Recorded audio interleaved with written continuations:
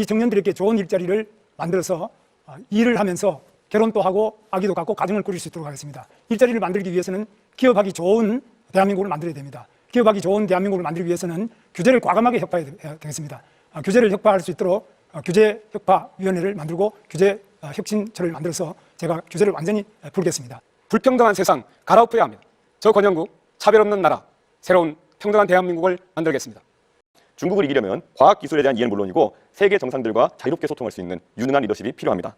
이번 대통령 선거는 과거와 미래의 대결입니다. 우리 대한민국이 낡은 질서를 허물고 압도적으로 새로운 대한민국을 만드는 계기로 삼아야 할 것입니다. 오늘의 이 내란을 극복하는 우리의 노력도 결국 다음 미래 세대들을 구하게 될 것입니다. 이번 선거는 대한민국의 미래를 결정하는 정말 중요한 선거입니다. 누가 대통령이 됐느냐가 아니라 어떤 나라가 되느냐가 결정되는 순간입니다. 유능한 국민의 일꾼, 유용한 도구를 뽑아서 새로운 대한민국, 진짜 대한민국을 꼭 만들고 싶습니다. 저 권영국은 오늘 이 자리에서 불평등 타파를 말하겠습니다. 해답은 분명합니다. 부자 감세가 아니라 부재 정세여야 합니다.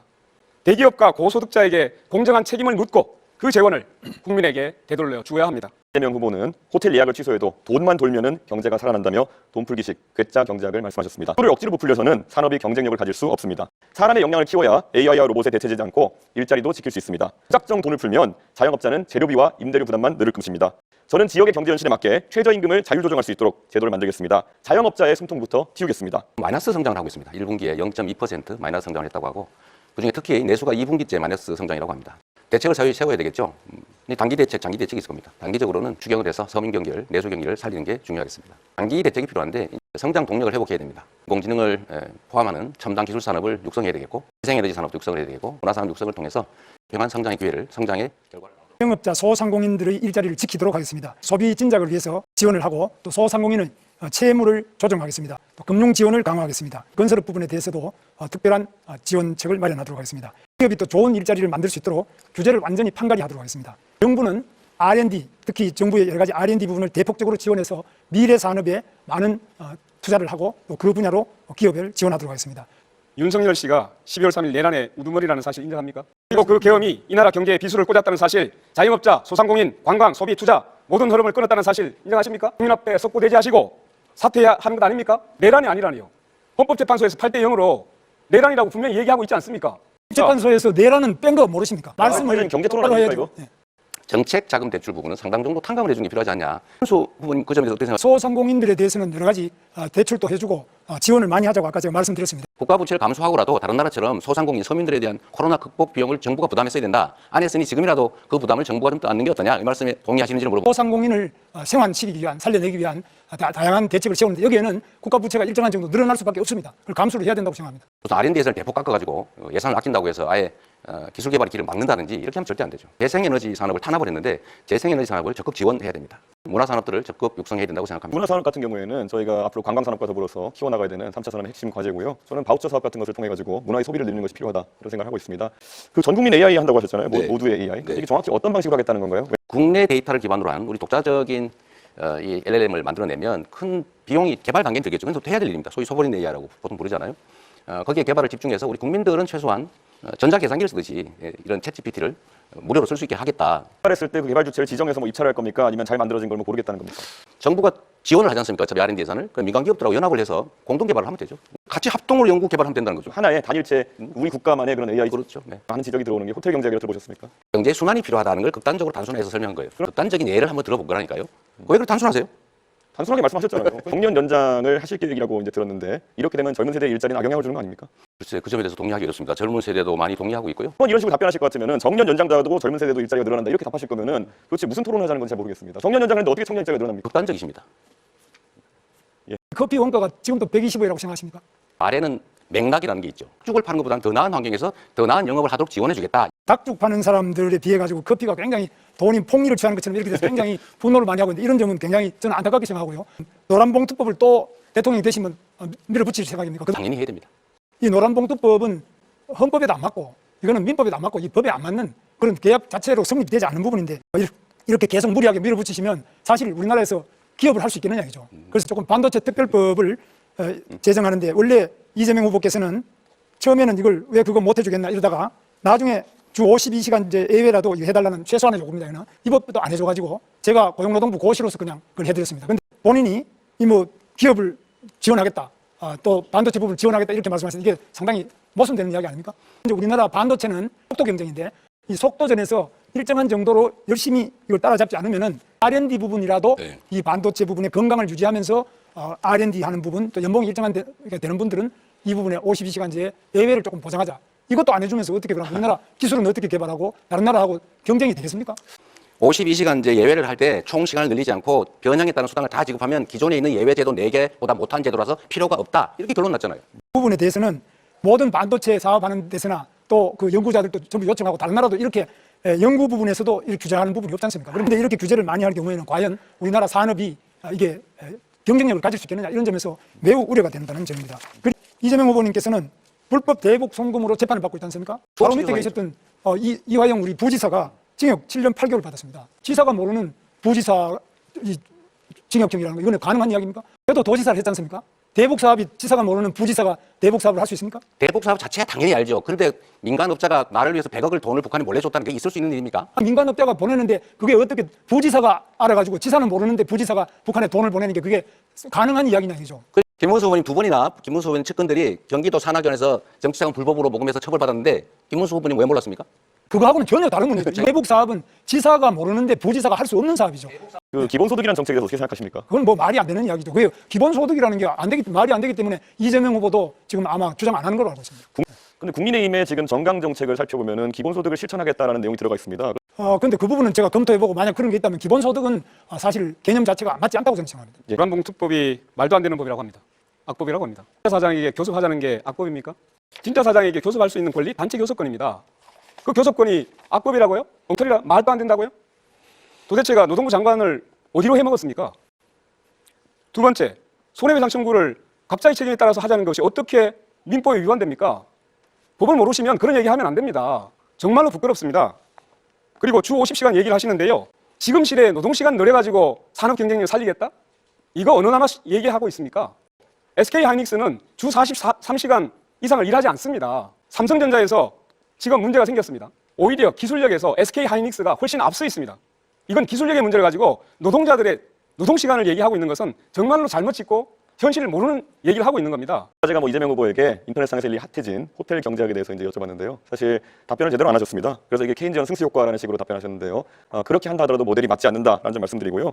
사실 이 모델이 동작한다고 하면요, 이렇게 서로 처음에는 외상 취소 이런 거였지만은 돈을 갚고 이런 과정 속에서 실제 경제가 돌아갈 수 있다는 주장이라면요, 너무 쉽습니다. 예를 들어 어떤 지자체장이 법인카드를 들고 가가지고 온대 정육점에다가 소고기 결제하고, 그다음에 과일 가게 과일 결제하고, 그럼 몇천만 원씩 결제한 다음에 나중에 취소하면은 그 동네 경제가 돈다는 그런 이론인데요. 이런 걸 지금 대한민국 경제에 적용하겠다고 들고 나온다는 것 자체가 저는 이거는 대한민국 지도자들의 자격이 없다 이런 생각입니다.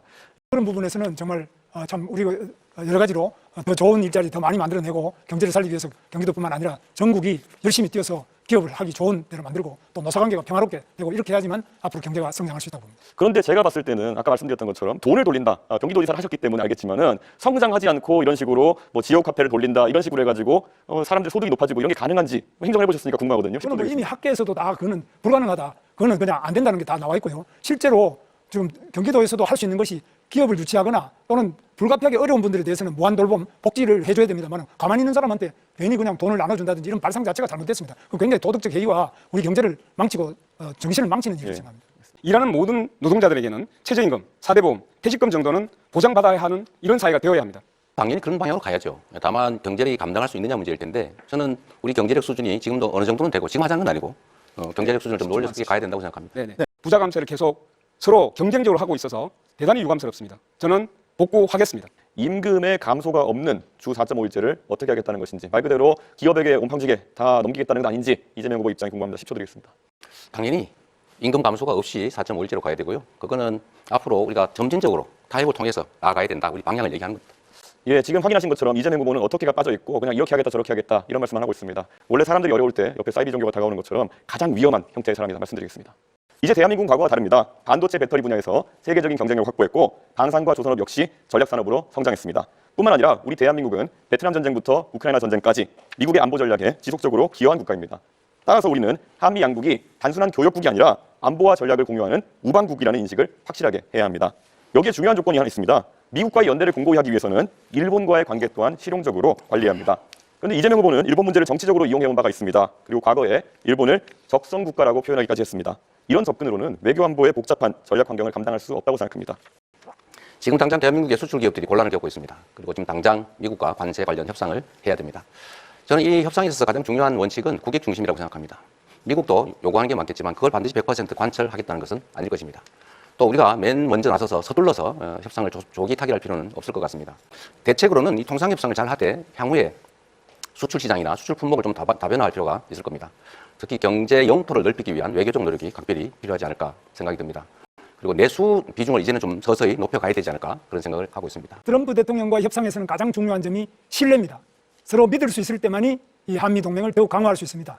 이런 신뢰를 바탕으로 한미 정상회담을 제가 당선되면 바로 정상회담을 개최를 해서 저희들의 여러 가지 문제, 한미 간의 현안 문제는 단순히 통상 문제만이 아니라 주한미군의 문제, 북한의 핵 무기에 대한 대응, 그리고 중국과의 관계, 또 러시아 문제, 우크라이나 문제, 여러 가지 문제가 있습니다. 우리 한국과 미국 사이는 여러 가지 측면에서 서로 가치를 공동으로 공유하고 있고 또 이익을 공동으로 공유하고 있습니다. 그렇기 때문에 이런 한미의 신뢰를 바탕으로 해서 관세 문제나 이런 문제를 7월 8일 관세가 유예되는 것이 종료되기 전에 성공적으로 끝내도록 하겠습니다. 트럼프 대통령의 관세 폭탄은 단순한 관세가 아닙니다. 그것은 약탈입니다. 저 건영국 트럼프의 약탈적 통상에 굴복하지 않겠습니다. 미국 눈치 보며 머리 조아리고 조공을 바칠 국민을 하는 정부에겐 미래가 없습니다. 세계의 노동자들과 함께 트럼프와 맞서야 되지 않겠습니까? 그래서 제가 트럼프에게 레드카드를 보냅니다. 다시 보냅니다. 이재명 후보께서 최근에 중국과 대만에 관여하지 말고 모두 CC하면 된다 이래가지고 비난을 받은 바가 있습니다. 너무 친중국적인 입장 아니겠습니까? 어떻게 단편적인 생각이라고 생각되고요. 국익 중심으로 판단해야 되고 대만과 중국 간의 그 분쟁에 우리가 너무 깊이 관여할 필요가 없다. 현상을 존중하고 우리는 거리를 유지해야 된다. 제가 그런 취지의 말씀을 드린 것이고요. 이런 관점에서는 그러면은 앞으로 국제적 분쟁이 발생했을 때 다른 나라도 우리에 대해서 비슷하게 생각할 수 있는 거 아닙니까? 미국 입장에서 트럼프가 뭐 한국이 북한하고 좀 싸우면 어때? 우리 그냥 둘 다 CC하면 되지 이렇게 나오면 곤란한 거 아닙니까? 뭐든지 극단화시키는데 지금 통상적인 외교와 통상적인 무역 그리고 통상적인 국제관계에 얘기를 한 것이고 침략을 한다든지 전쟁이 벌어진다든지 하는 상황이 벌어졌을 때는 그 상황은 또 다른 것이죠. 계속 말을 돌리고 계신 게 잠깐만 제가 답변할 때 좀 하게 하고 하시에 대해서는 극단적으로 좀 판단하지 않으시면 좋겠습니다. 이런 식으로 외교에 대해 가지고 하루 자고 일어나면 맨날 답변이 바뀌는 듯한 모습을 보이시면은 신뢰가 떨어지게 되어 가지고 결국 외교 관계에서 불리한 입장에 놓이게 됩니다. 모든 상황들을 가정을 해가지고 극단화시켜서 판단하면 문제가 생깁니다. 상황이 전개가 됐을 때 그 상황에 맞춰서 유연하게 판단해야 되고 그 판단의 기준은 역시 대한민국의 국익이라야 되고요. 상황에 따른 판단들을 달리 해야 됩니다. 이재명 후보의 공약 중에 보면요. 해남의 솔라시도 부지에다가 데이터 센터를 왕창 만들겠다. 그리고 그를 위해 가지고 풍력 발전, 서남해안의 풍력 발전을 많이 활용하겠다 이런 말씀하시는데요. 네. 왜 굳이 그런 불안정한 풍력 발전 전원이 있는 곳에다가 이런 데이터 센터를 공약하게 되었는지 의문이고요. 생산 단가도 높고 실제로 중국이 많이 장악하고 있는 풍력 발전 시장에 대해 가지고 계속 이렇게 우호적인 발언하는 이유가 무엇인지 궁금하고요. 풍력 발전 같은 경우에는 태풍이 불어서 25m/s 이상의 바람이 불게 되면은 가동을 중지해야 됩니다. 그런 데이터 센터의 기본적인 조건이 뭐냐면은 안정적인 전력 공급입니다. 도대체 중국을 위한 것이 아니라면은 이게 누구를 위한 것입니까?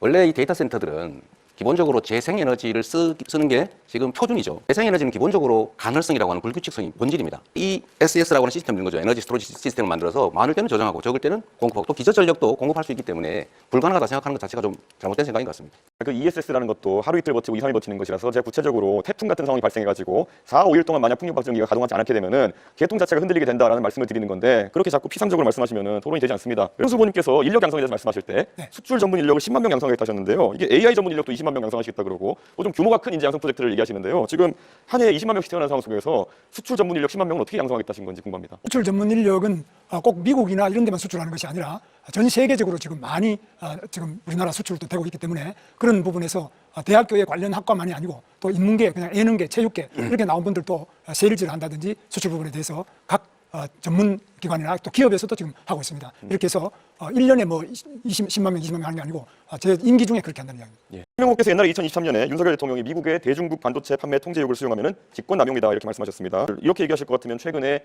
HMM의 본사 이전이라든지 이런 것에 개입하시는 것도 직권남용죄에 해당할 수 있다 이렇게 볼 수 있을 텐데요. 왜 윤석열 대통령은 기업에 대해서 얘기하면 직권남용이고 이재명 후보는 할 수 있다라는 입장인지가 궁금합니다.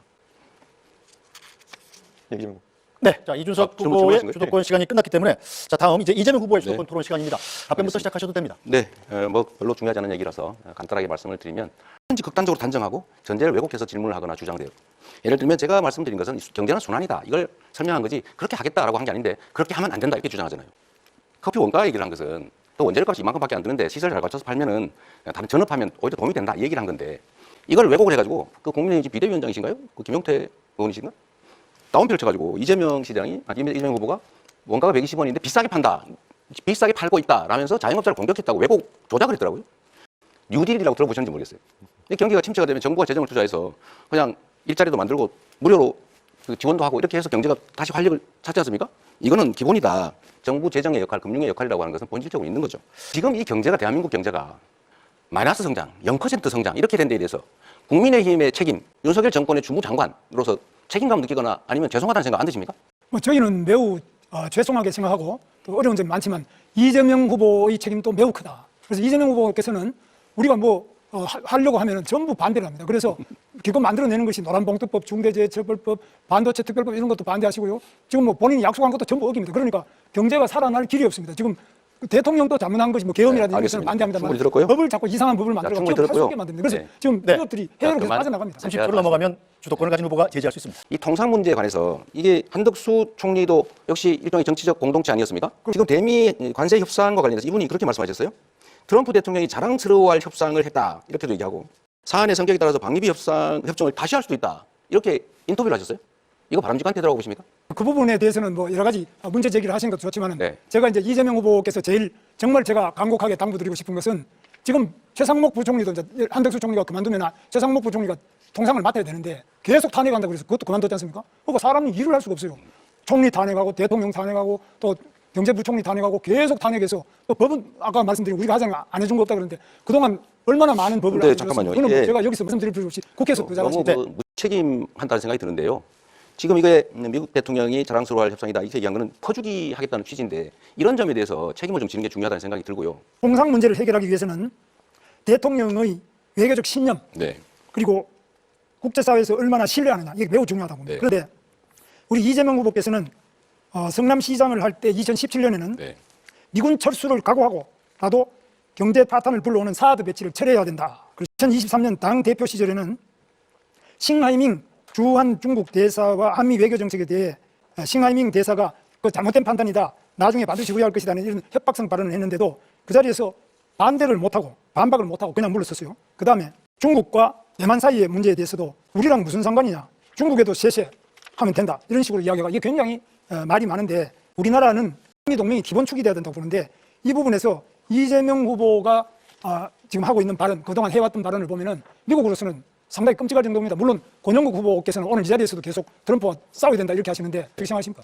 걱정 안 하셔도 됩니다. 네. 이제 말씀을 드리자면 한미 동맹은 중요하죠. 그리고 앞으로도 계속 확장 발전돼 가야 됩니다. 안보 동맹에서 이제 경제 동맹, 포괄 동맹으로 발전해 가야 되는 우리 외교의 기본축인 것은 분명하죠. 그렇다고 해서 거기에 완전히 의존하는 건 안 된다. 우리가 중국이나 러시아와 관계를 완전히 또 배제하거나 적대적으로 일부러 갈 필요는 없다. 그 말씀을 드리는 것이고 외교는 언제나 국익 중심으로 실용적으로 접근해야 된다. 이 말씀을 그렇게 드린 겁니다. 우리는 한미 동맹을 기본축으로 할 때라야만 또 미군이 우리 한반도에 한국에 주둔할 때라야만 우리가 중국도 우리를 외교 상도로서 제대로 대하지. 만약 미군도 없고 우리는 핵도 없고 아무도 없고 동맹이 없다. 이럴 때는 중국이 과연 우리나라를 제대로 대접을 하고 상대를 하겠느냐. 이런 점에서 한미 동맹이 기본축이고 6.25 때도 중국 공산당은 우리나라에 쳐들어와서 우리 적국이었지 않습니까? 미국은 우리를 도와줘가지고 우리 대한민국을 지킨 당사자 아닙니까? 그런데 어떻게 미국과 중국이 같은 수준이 아니잖아요. 그런 점에서 아주 비슷하게 보고 중국도 중요하다, 러시아도 중요하다, 미국도 중요하다 이건 아니죠.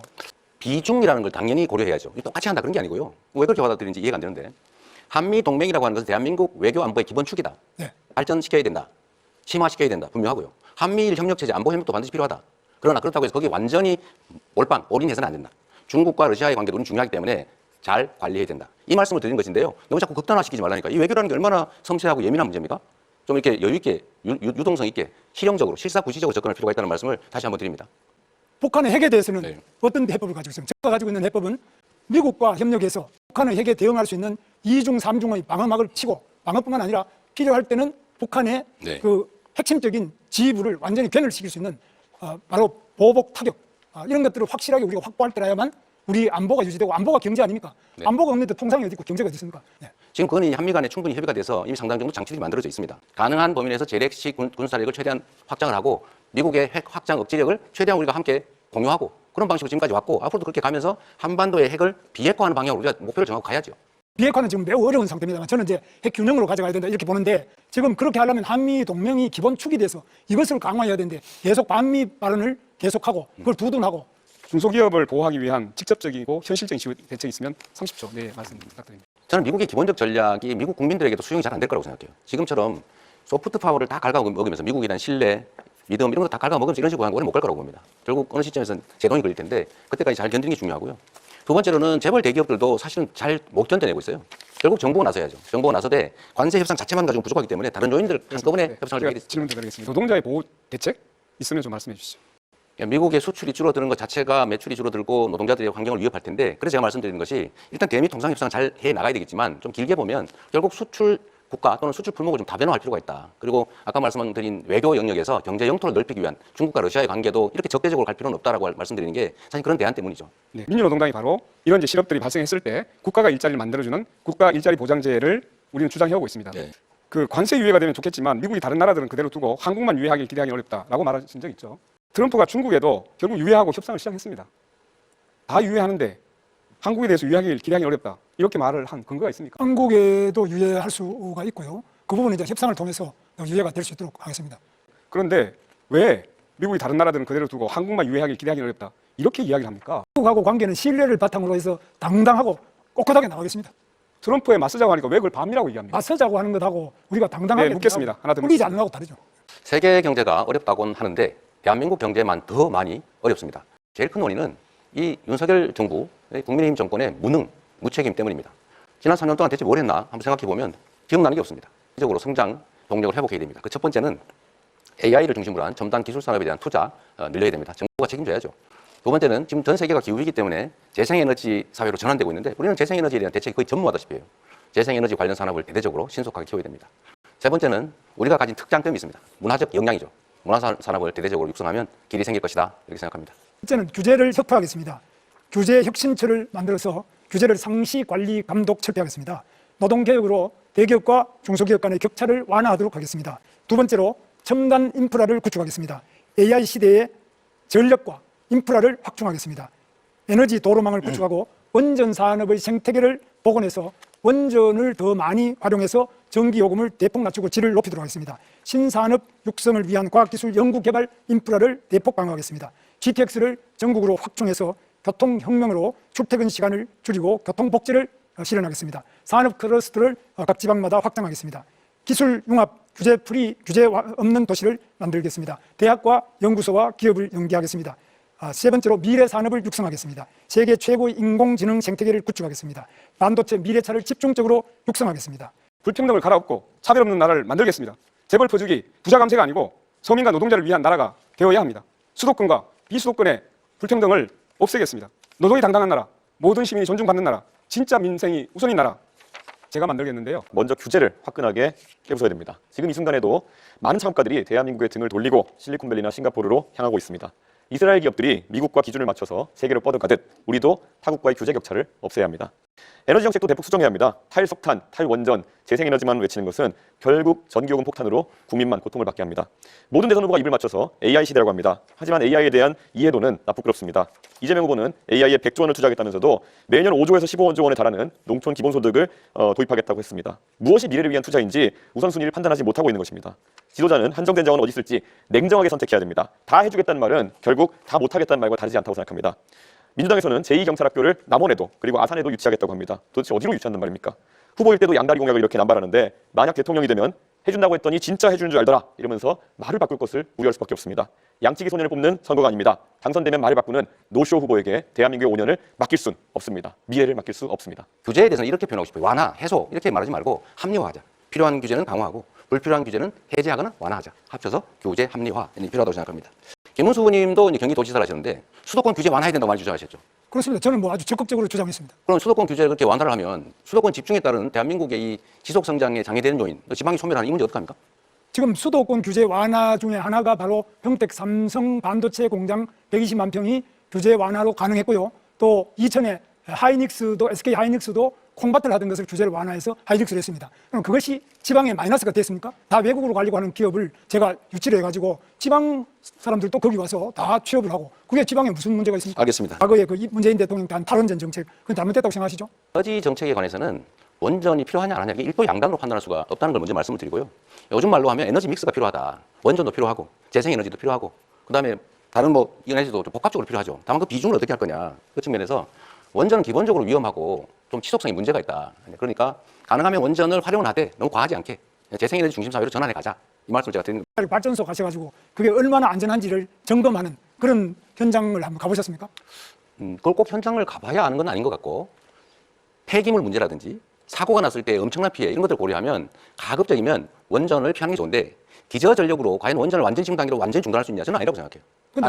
가능한 범위 내에서 활용을 좀 하고 대신에 지금 이제 좀 더 안전한 SMR 같은 것들을 지금 연구 개발하고 있잖아요. 그건 계속 하고 그 안전하고 편의적이고 비용이 싸면 그런 것들은 써야죠.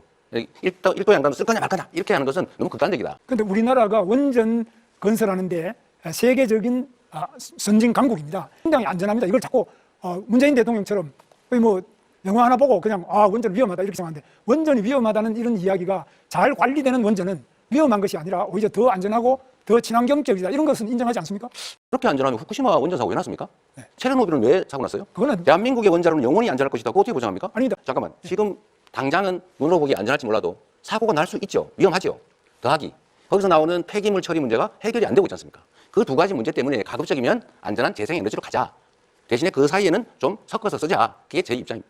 이렇게 값싸고 안전한 원자력을 왜 그동안 안 했느냐 이것이 잘못된 환경론자들의 주장 때문에 그런데 이런 부분에 대해서 이준석 후보는 어떻게 생각하십니까? 실제로 맞는 지적을 하셨다 생각하고요. 지금 이재명 후보께서 결국엔 뭘 자꾸 발전시키겠다 이렇게 말씀하셔서 비용 추계라든지 실제 어떻게 경쟁력을 갖출지에 대해서 말씀을 잘 안 하고 계십니다. 아까 AI 산업 발전시키기 위해서는 김문수 의원 말씀하신 것처럼 전력 확보가 제일 중요합니다. 그런데 비용 구조상 아까부터 계속 강조하시는 서남해안의 풍력 발전 같은 경우에는 킬로와트당 균등화 발전 단가가 300원 가까이 가는 그런 발전이고 김문수 의원이 말씀하시는 거는 한 50원, 60원 정도의 균등화 발전 단가가 되는 원전인데 어느 것이 더 효율적인지는 이미 드러나 있는 것이거든요. 그런데 아마 이재명 후보께서 그런 아까 말씀하신 환경론자들의 말에만 휘둘려가지고 국가 대사를 판단하시는 게 아닌가 이런 우려가 있어서 만약 혹시 집권하는 일이 생긴다 하더라도 그런 환경 카르텔에 대한 입장을 계속 받아들여서 오히려 산업을 좀 저해시킬 것 같다. 그런 우려가 오늘 토론하시는 거 보니까 들게 됐습니다. 주가 지수 5천 시대를 열겠습니다. 네.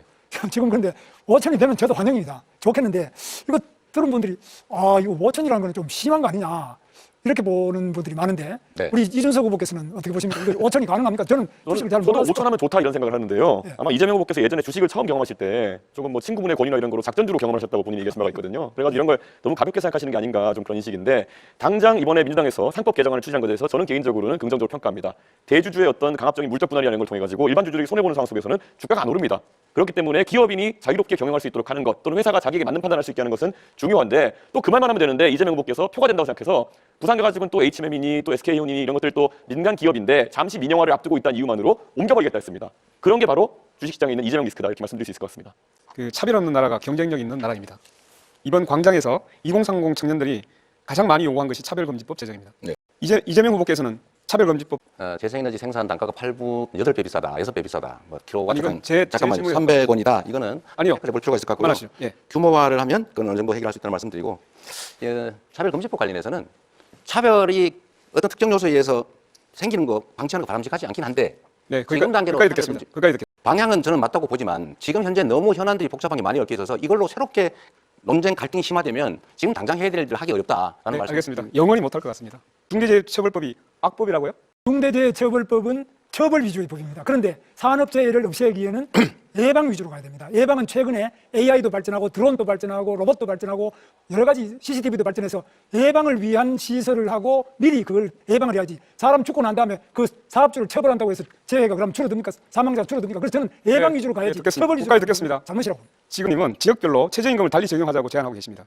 제가 볼 때는 이거 되게 위험한 생각입니다. 일본의 사례도 잘 알고 있고요. 반대로 미국의 사례도 잘 알고 있습니다. 미국 같은 경우에는 텍사스가 잘 아시는 것처럼 캘리포니아와 다르게 규제와 세금이 더 적기 때문에 많은 기업들이 텍사스로 이전했습니다. 그래서 최저임금도 낮고 법인세도 낮기 때문에 잘 아시는 일론 머스크 같은 사람도 스페이스X 같은 기업을 이전했던 것입니다. 저는 지역 간의 경쟁이 어느 정도 촉발될 수 있다 이런 생각을 하고 있고요. 사례를 본다 하더라도요. 텍사스는 최저임금이 7불 25로 연방 최저지만은 옆에 플로리다가 최저임금이 있음에도 불구하고 거기까지 듣겠습니다. 평균 임금은 더 높습니다. 미국은 땅이 큽니다. 연방이잖아요. 그건 주가 거의 국가예요. 그렇기 때문에 그 차이가 엄청나게 클 수 있어요. 권영국 후보님께서 말씀하신 부분에 대해서는 결국 저희가 공약한 것은 최저임금을 그리고 법인세를 지방에서 지자체와 지방의회가 정하도록 하자라는 것인데 방금 권영국 후보 말씀하신 것처럼 유출이 우려된다. 그러면은 그에 맞게 조정하면 되는 일입니다. 자율권을 주는 일이기 때문에 강제하는 것이다. 강제하는 것이 아니다. 이렇게 말씀드립니다. 한국관리법을 개정하자는 이야기가 있었고 거기에 대해 거부권이 행사됐습니다. 집권하시면 다시 추진하실 것인지 궁금하고요. 도대체 과잉 생산되는 쌀을 왜 더 생산하도록 유도해야 되는 것인지 말씀 부탁드립니다. 쌀값을 일정 가격 유지하는 게 장기적으로 전략 산업인 주식, 우리나라의 곡물 자급도를 올리는 길이겠죠.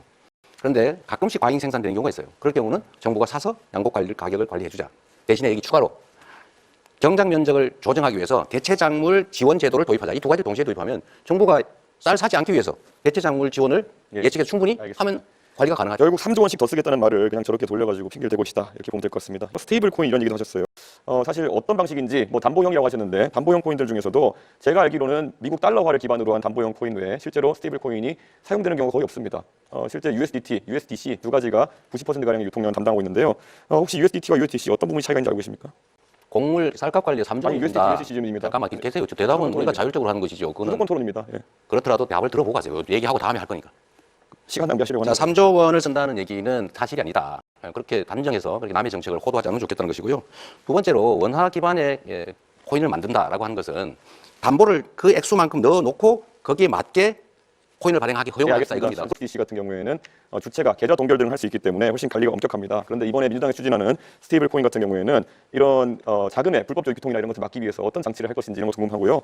예를 들어 USDC 이런 것들은 대북 송금 같은 걸 하더라도 그걸 전부 다 계좌를 동결할 수 있기 때문에 조금 더 안전한데 이런 스테이블 코인에 대한 구체적인 전략 없이 실제로 그냥 이야기해버리게 되면은 작전주 하시던 것처럼 그냥 시장을 들썩이게 하는 효과밖에 없다 이렇게 말씀드릴 수 있을 것 같습니다. 이게 호나이 같이 또 어떤 기업이 맡아가지고 이런 사업을 진행하게 될지 갈수록 궁금해지고 있습니다. 답을 좀 할까요? 아니요. 그리고 민주당이 사실 허위사실 공표 행위에 대해서 허위사실 공표에 대해서 행위 부분을 삭제하겠다 이런 말을 하면서 이런 토론 자리에서 자유롭게 좀 말하자 이런 취지로 입법을 하는 걸로 알고 있는데요. 오늘 당장 아까 자랑스럽게 뭐 김용태 의원 얘기하시는데 김용태 의원이 이재명 후보 말씀하신 내용에 대해서는 부연해서 얘기하는데 그걸 왜곡이라 하시면서 바로 고발해 버리시는 취지는 뭡니까? 공직선거법 나는 고발하면 안 되고 김용태는 해도 된다 이런 겁니까? 자신의 당선을 위해서 과거에 있었던 어떤 행위에 대한 발언이 잘못되면 그걸 처벌하는 거 이거는 전 세계 찾기 어려운 제도다. 낙선 목적으로 타인에 대해서 허위사실을 막 공표하는 건 처벌해야죠. 뭐 AI 투자에 대해서도 계속 100조 말씀하셨는데요. 대충 그럼 100조라는 큰 돈을 국민들한테 제시하셨으면은 얼마를 어디에 넣겠다 정도 개발이 있을 것 같은데 분야 한번 세 가지로 나눠보시겠습니까? 100조 원이라고 하는 것은 당장 100조 원을 정부 재정으로 만들겠다는 게 아니고 AI 관련 산업에서는 연구 개발도 필요하고 지원도 필요하고 투자도 필요한데 정부가 모태펀드 등을 만들어서 민간 자본을 유치해서 연차적으로 100조 원 정도를 투자하겠다 그 말이니까 그 세부적인 내역을 어디다가 투자할 거냐, 어떤 회사에 투자할 거냐, 어떤 연구에 투자할 거냐는 것은 또 검토해가면서 만들어가는 것이죠. 예, 알겠습니다. 세부적으로 계획도 없는데 100조 원 넣겠다는 말씀 잘 들었고요. 용인할 수 있는 차별은 용인한다 이런 식의 완화된 버전도 있고 보편적 차별금지법도 있고 그렇습니다. 어떤 입장을 지지하시는지 간략히 먼저 답해주시겠습니까? 저는 포괄적 차별금지법이라고 해서 여러 부분에 뭐 학력, 학벌, 고용 형태, 인종, 종교, 또 성별, 뭐 성적 지향, 성별 정체성 뭐 이런 모든 것들을 통틀어서 나이도 마찬가지고요. 예, 감사합니다. 여러 부분에 예. 전과가 있는 사람 같은 경우에는 기본권이 제약돼야 되는 것인지 아니면 그 사람에 대해서는 다르게 볼 수 있는 건지 궁금합니다. 그것은 형을 살았던 부분하고 또 기존의 그 전과와 자기 하는 업무의 관계에서 네. 자, 음주운전은요? 저는 일자리 대통령이 되겠습니다. 일자리를 많이 유치해서 우리 젊은이들이 일자리를 가지고 행복한 생활을 할 수 있도록 확실하게 노력을 하겠습니다. 저는 일을 해봤습니다. 이 일의 많은 실적을 가지고 있습니다. 저는 지구를 10바퀴 돌면서 외국 투자를 유치했고 외국의 많은 연구소도 유치를 했습니다. 판교, 광교 테크노밸리를 만들고 또 평택 삼성 반도체 공장을 만들었습니다. GTX도 지금 제가 만든 것입니다. 저는 서민 대통령이 되겠습니다. 어려운 서민들과 늘 함께 살며 저 자신이 서민적인 생활을 계속해오고 있습니다. 저는 깨끗한 대통령이 되겠습니다. 절대 저와 저희 공직자들이 부패하면 국민이 힘들고 나라가 망한다는 생각을 가지고 깨끗한 대통령, 유능한 대통령이 되도록 하겠습니다. 이번 대선은 선택이 아닙니다. 심판입니다. 헌법을 짓밟고 계엄령을 기도한 내란 세력, 노동을 배반하고 변절한 가짜노동 김문수 후보, 이제는 역사의 뒤안길로 퇴장시켜야 합니다. 광장이 압도적으로 승리해야 합니다. 내란 세력을 압도적으로 패배시켜야 합니다. 저 권영국은 노동을 배반하지 않았습니다. 평생을 현장에서 싸워온 사람입니다. 변절한 가짜 노동이 아니라 진짜 노동의 대표 정치로 여러분 앞에 섰습니다. 응원봉을 들었던 청년들, 전봉준 트랙터를 몰고 온 농민들, 깃발을 든 노동자들, 히서스 시위에 나선 여성과 성소수자, 그리고 장애인들, 그 모든 광장의 주체들이 압도적으로 승리해야 합니다. 그러기 위해서 저 권영국 광장 이름으로 싸우겠습니다. 정권 교체를 넘어 사회 대전환으로 이루겠습니다. 서울의 끝자락 지하철 4호선 종점 상계역에서 신혼을 시작한 어느 부부가 있었습니다. 조금이라도 사회의 중심에 다가가고자 덜 입고 덜 쓰면서 자식 교육에 모든 것을 걸었습니다. 아이는 북비 유학생이 되었고 거대 정당의 대표까지 지낼 수 있었습니다. 이제는 공정한 대한민국을 신뢰하며 대통령 후보로 나섰습니다. 이 이야기는 저희 가족만의 이야기가 아니어야 합니다. 오늘보다 나은 미래를 다음 세대에게 물려주고자 하는 애틋한 마음, 그것이 지금까지 대한민국을 지탱한 정신입니다. 이준석은 이 전통을 이어가고 싶습니다. 누군가는 자녀 세대의 미래를 빚으로 당겨서 가부려 쓰자고 얘기합니다. 그것은 대한민국의 방식이 되어서는 안 됩니다. 저 이준석을 대한민국의 대통령으로 만들어주십시오. 건전한 정책으로 기회의 사다리를 지켜 다음에는 여러분의 자녀와 손주들이 이 자리에 서는 꿈을 지켜내겠습니다. 참으로 큰 위기입니다. 얼마나 먹고 사는 일이 힘들고 팍팍합니까? 지금 내란 세력들 때문에 나라가 이렇게 위기에 빠졌습니다. 지금 대통령 선거를 앞두고 있습니다. 대통령. 크게 국민들을 통합해서 하나로 힘을 모으는 그런 우두머리겠죠. 이 대통령을 뽑는 데 있어서는 과연 그가 이 나라 이 국민들을 힘을 합쳐서 정말 새로운 대한민국으로 만들 수 있는지를 꼭 보셔야 합니다. 유능하고 충직한 그 대리인을 뽑아야 국민이 맡긴 권력과 예산을 오로지 국민만을 위해서 제대로 쓸 것입니다. 주어진 권력을 사적 이익을 위해서 남용하는 그런 정치 집단에게 다시 또 대한민국 운명을 맡길 수는 없는 것 아닙니까? 이번 선거는 심판 선거가 맞습니다. 유능한 그리고 준비된 대통령 후보 저 이재명에게 기회를 주시면 새로운 대한민국을 만들어서 보답드리겠습니다.